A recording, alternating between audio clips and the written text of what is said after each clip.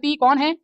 महापद्मनंद। याद हो जाना चाहिए, प्रश्न डायरेक्ट आता है कि बताइए प्रथम एक छत्र कहलाने वाले व्यक्ति को हम निम्न में से क्या ऑप्शन चॉइस करेंगे, तो जवाब जाएगा कौन सा? इस पर कौन से वंश का प्रभाव पड़ेगा? वो है नंद वंश। कौन सा वंश? नंद वंश। कहानी क्लियर होगी कि नहीं होगी? चलो तीसरा वंश हम पढ़ने वाले हैं नंद वंश। इसको बनाने वाला व्यक्ति या इसको तैयार करने वाले व्यक्ति का नाम क्या है? महापद्मनंद। मैंने पहले ही कहा जो भी वंश आएंगे इसमें वो लगभग अपने नाम के हिसाब से ही आएंगे, केवल हर्यक वंश को छोड़ करके। किसको छोड़ करके? हर्यक वंश को छोड़ करके। जो भी संस्थापक वंश बनाएगा उसके नाम से ही ये नाम जुड़ा होगा। तो महापद्मनंद ने किसको बनाया? कौन से वंश की स्थापना करी? महापद्मनंद ने नंद वंश की स्थापना करी। किसकी करी? महापद्मनंद में पीछे बेटा छिपा हुआ है नंद, और इसीलिए हम कह सकते हैं कि नंद वंश की स्थापना करने वाला व्यक्ति भी कौन रहा? महापद्मनंद रहा। ये आपको दिखाई दे रहा है, इतना विराट चक्रवर्ती है ये चक्रवर्ती शासक हुआ है। आगे हम कंटिन्यू करते हैं। यस, नंद वंश का कौन रहा? संस्थापक रहा। आगे चलेंगे। इसको पाली ग्रंथ में, उग्रसेन पुराण में एक छत्र या एक राट कहा जाता है। ऐसे थोड़ी बेटा इसके नाम के आगे प्रथम चक्रवर्ती डल गया है। प्रथम चक्रवर्ती ऐसे ही इसके नाम के आगे नहीं डला।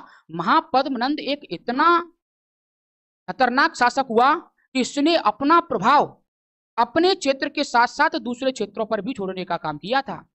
इसका राजाशाही शासन इतना समृद्ध रहा और इतना भयानक रहा कि लोग इसको अलग अलग जगह पर अलग अलग नाम से बुलाने लगे। इन्होंने कहा, पहला नाम इसके लिए दिया गया उग्रसेन।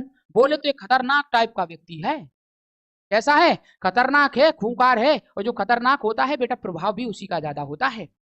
बात समझ रहे कि नहीं? डर भी उसी व्यक्ति का ज्यादा बैठता है। आप भी जानते होंगे, घर में दो लोग हैं, एक दादाजी एक पापा जी। पापा जी की उम्र दादाजी से कम होती है, ये आप अच्छे से जानते होंगे। जानते हो कि नहीं जानते? पापा जी बड़े के दादाजी बड़े? कुछ लोग कहना सर ये क्या पूछ लिया, इसमें भी कंफ्यूजन हो गया था बहुत लोगों को। सर ये तो सर क्वेश्चन बहुत बड़ा पूछ लिया है आपने। तो पिताजी की उम्र दादाजी से क्या होती है?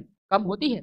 लेकिन बेटा पिताजी अगर जूताखोर है, बोले तो जूता लगाने वाला है, और दादाजी अगर शुद्ध विचारधारा के, उन्होंने नाती बड़े संकटों से देखा है, तो बेटा नाती को वो क्या करती रहते हैं? नाती कुछ भी क्या, बाबा तू क्या कर रहा है? बाबा तूने बीड़ी पी ली?